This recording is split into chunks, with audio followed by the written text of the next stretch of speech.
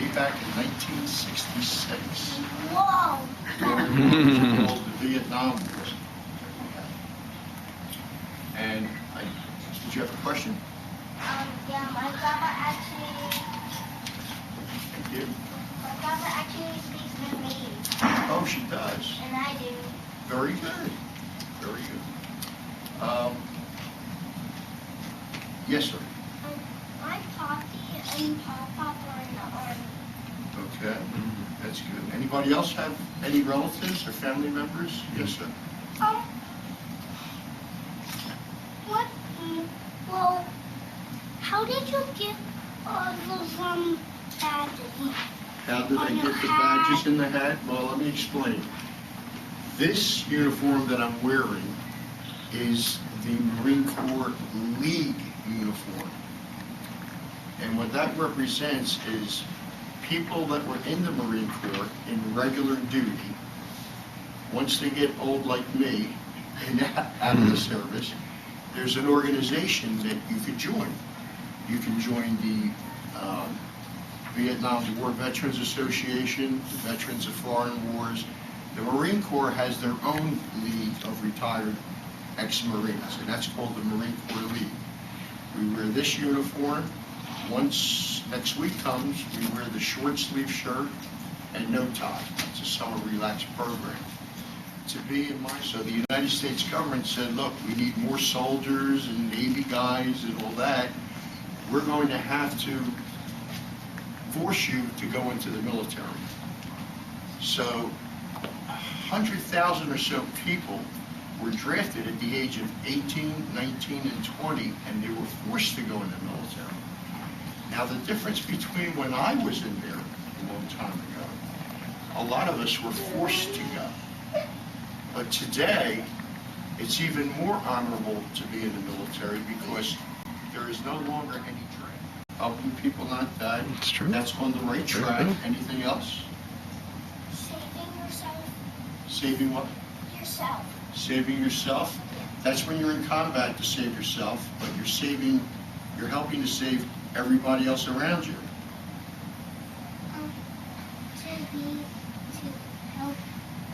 To help others that don't really have,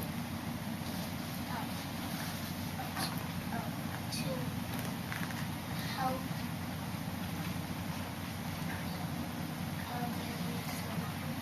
Help make us safe. Yes, sir. Helping people.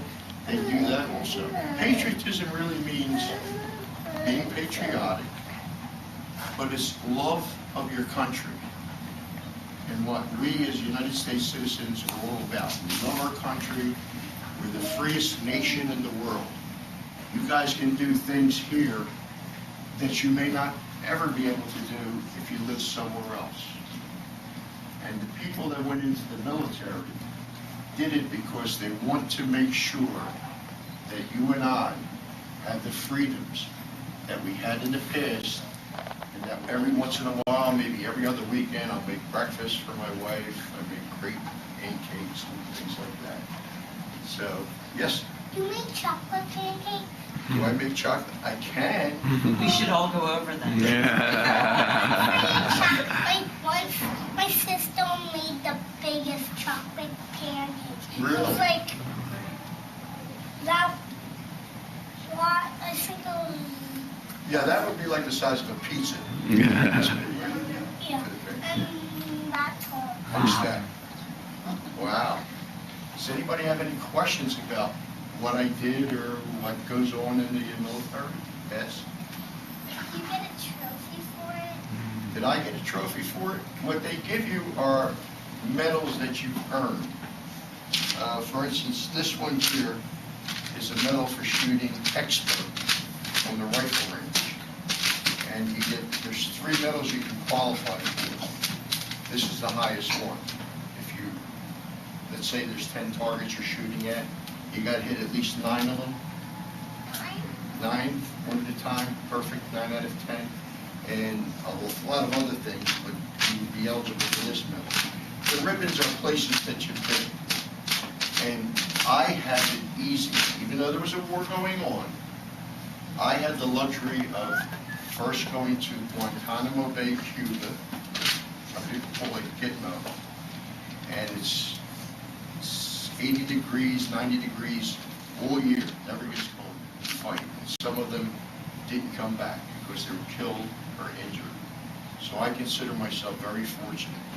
But when you're in the military, you don't tell anybody what to do. They tell you. It's all about discipline. And when they tell you to jump, your answer is how high you do it. You have a question? You have a question?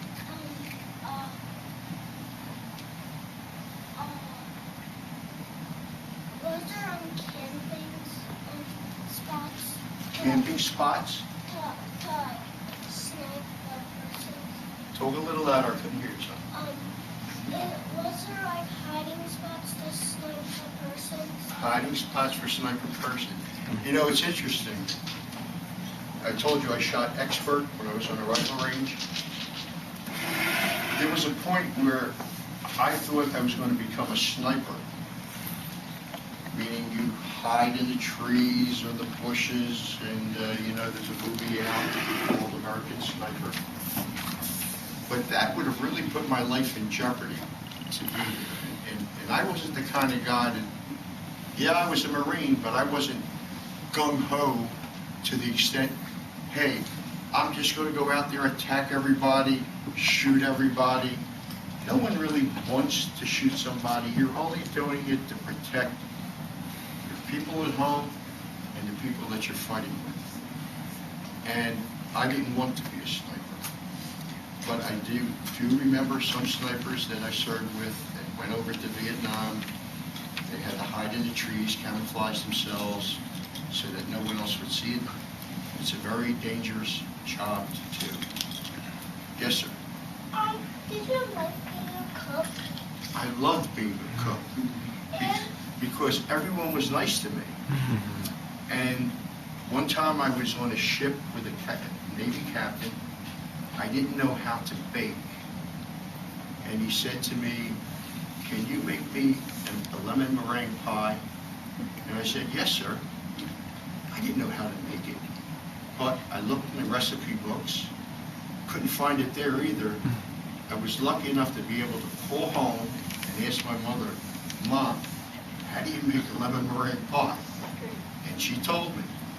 I made the pie for the captain, and then as soon as we pulled it, we were in the middle of the ocean now, and as soon as we pulled into a port, and it happened to be San Juan, Puerto Rico, very nice resort community for vacations and all. And he gave me what they called a 96-hour pass. 96 hours means 4 days, 24 hours per day. And I went into town to do whatever I wanted to do as a civilian, not as a Marine. And that was my reward for being able to cook up a dessert for the captain. So yeah, and I love being a cook. Another question, go ahead. Did you I'm taking too long. Did you get a lot of money for being a cook? Did I get a lot of money? One thing about the military, no matter what you are, if you're the ranks are private, then you go up to a corporal, then a sergeant, and a staff sergeant, and then there's the officers, the lieutenants, the captains, all the way up to generals. Well, if I'm a private, and there are 20,000 other privates, no matter how long we've been there, we all get the same pay. So, within the rank, no one makes more than the other person. Okay? So we're all equal. How long were you a cook? How long was I a cook? Well, it's interesting. I was 2 years in active duty. I started out as a cook. Then I became a baker. And my last 3 months I was a butcher. And a butcher meant, you know, cutting the pork chops, getting the chickens and cut them in enough pieces. Right here play sports. I played soccer. And guess what? I played baseball, but soccer's going to start in the spring. Kenny, too. good, awesome. Well, my brother Kenny, who went all through school just like you guys. What's it say? That's the unit that he was in. He played soccer too, and he played soccer when he started when he was your age, just like you guys, and he played all the way through high school and got to do lots of fun things and stuff and get recognized for trying to do the right thing, just like I hope you guys continue to stay active and try and do the right thing.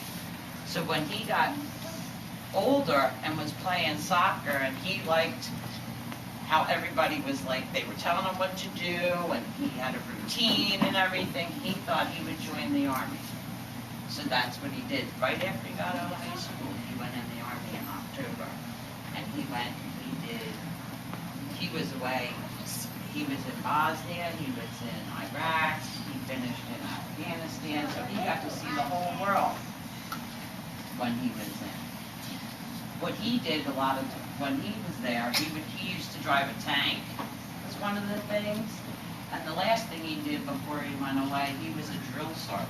So he taught people like Pete when Pete was starting how to train to defend our country. So he was a pretty important guy when he was and started. Any of you guys have older brothers and sisters? I Yeah. Are you guys aware of Flat Stacy and Flat Stanley? Do you guys do that in this school? Oh, I love Upper- Flat Stanley. Well, And guess what? I have a 15-year-old sister. She always sees me. she does. Well, my daughter, And once she picked me up backwards, and I'm going like this. oh my goodness. And she almost hit my head with the door. Guess what? I did that to my brother too, because I was older than him. I did that to Uncle Kenny when he was little. I picked on him just like your sister picks on you. Well, my daughter was born, and my brother Kenny, Uncle Kenny, was away in the service, so she never really got to know him. So she made it a mission, as long as I did, because we were so proud of him for him doing what he did, that we wanted, her only way to get to know him, it was to try and do things for him. So if you have somebody, like, I think you guys today are going to write cards for someone that's in the Marines. So what a difference it makes. So my daughter sent her Flat Stacy, and this is old, because this was many years ago.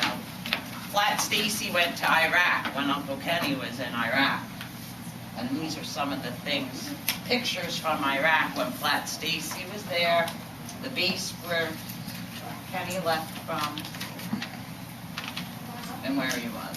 Fort Benning is where he spent most of his time. And it is a tank. That was the tank Uncle Kenny drove when he was away. You guys all, did you learn a lot?